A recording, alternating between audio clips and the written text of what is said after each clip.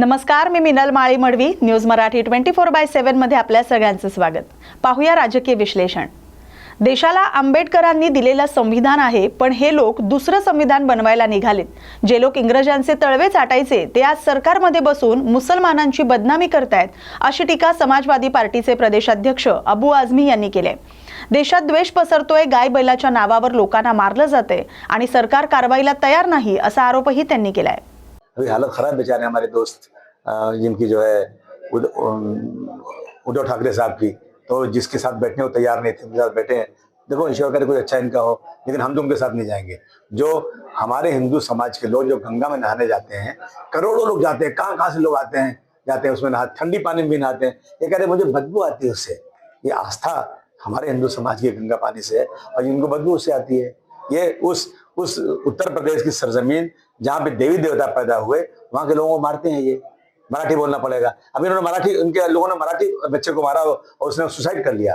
तो मैं ऐसे लोगों के साथ कभी, चाहे मुझे वोट मिले या न मिले, लेकिन मैं ऐसे लोगों के साथ अलायंस नहीं करता. इसलिए मैंने महाविकास आघाड़ी छोड़ दिया. जळगाव जिल्ह्यातील भडगाव इथं भाजपच्या नगराध्यक्ष पदाच्या उमेदवार आणि नगर परिषद उमेदवारांच्या प्रचारार्थ आयोजित जाहीर सभेत मंत्री गिरीश महाजन यांनी शिवसेना शिंदे गटाचे आमदार किशोर पाटील यांचं नाव न घेता त्यांच्यासह विरोधकांवर जोरदार टीका केली. भडगावची परिस्थिती संपूर्ण जिल्ह्यातील नगर परिषदांपेक्षा सर्वात खराब झाले. शहरात 2 नंबरचे धंदेवाले पुढे आणले जात असल्याचा आरोप त्यांनी केलाय. अशा 2 नंबरवाल्यांना सत्ता देऊ नका, असं महाजन यांनी म्हटलंय. राष्ट्रवादी काँग्रेस शरदचंद्र पवार गटाचे युवा काँग्रेस प्रदेशाध्यक्ष महबूब शेख यांनी शिंदखेड्यात आयोजित प्रचार सभेत उपमुख्यमंत्री अजित पवार आणि त्यांच्या नेतृत्वावर जोरदार टीका केली. त्यांनी शिंदे फडणवीस सरकारसह अजित पवार यांच्यावर डबल ढोलकी सेक्युलर वाद चालवत असल्याचा आरोप केलाय. जवान बॉर्डरवर शहीद होतोय. तुम्ही निवडणुका आल्या की लगेच ह्यांचा नारा येतो, शाना भाऊ, बटेंगे तो कटेंगे. अरे राजा हो, कधीतरी म्हणा पडेंगे तो बडेंगे. तुम्हाला सत्ता दिली ना लोकांनी, आता किती दिवस तुम्ही सांगणार हिंदू खतरे में? शाना भाऊ मला सांगा, कामराज भाऊ साहेब तुम्ही मला सांगा, 150 वर्ष ह्या भारत देशात कुणाचं राज्य होतं? इंग्रजाचं राज्य होतं. कधी तुमच्या कुणाच्या ऐकण्यात आलंय का की इंग्रजाच्या राज्यात हिंदू खतरे में म्हणून मोर्चे निघायचे? कधी आमच्या हिंदू बांधवाला वाटलं आम्ही खतऱ्यात मोर्चे काढा? 70 वर्ष काँग्रेस पक्षाचं राज्य होतं.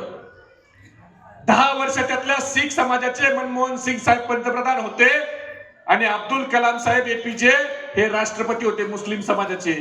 कधी हिंदू समाजाने मोर्चे काढलेले ऐकले का आपण? हाजी साहब सुने क्या हमारे हिंदू भाइयों ने कभी मोर्चे निकाले? काँग्रेसच्या 70 वर्षाच्या काळात आमच्या हिंदू बांधवांना कधी वाटलं नाही की आम्ही असुरक्षित आहेत. मग शाना भाऊ मला सांगा, देशाचा पंतप्रधान कोण? नरेंद्र मोदी. देशाचे गृहमंत्री कोण? अमित शहा. राज्याचे मुख्यमंत्री कोण? देवेंद्र फडणवीस. गृहमंत्री कोण? देवेंद्र फडणवीस. दोन्ही उपमुख्यमंत्री कोण? एक शिंदे, एक पवार. मग हे सगळे असताना जर आमचे हिंदू बांधव सुरक्षित नसतील तर तुम्हाला कोणत्या फोकानी फटके द्यायला पाहिजे का नाही? अरे तुम्ही सत्तेवर मग बसून काय करताय? आणि तुमच्याच आमदार येऊन बोलतात हिंदू खतरे में है. अरे ना हिंदू खतरे में है, ना मुसलमान खतरे में है, तुम्हारी खुर्चियां खतरे में है. यासोबतच राजकीय विश्लेषण इथेच संपते. अशाच महत्त्वाच्या बातम्यांसाठी पाहत रहा न्यूज मराठी 24/7. नवा भारत, नवा विचार.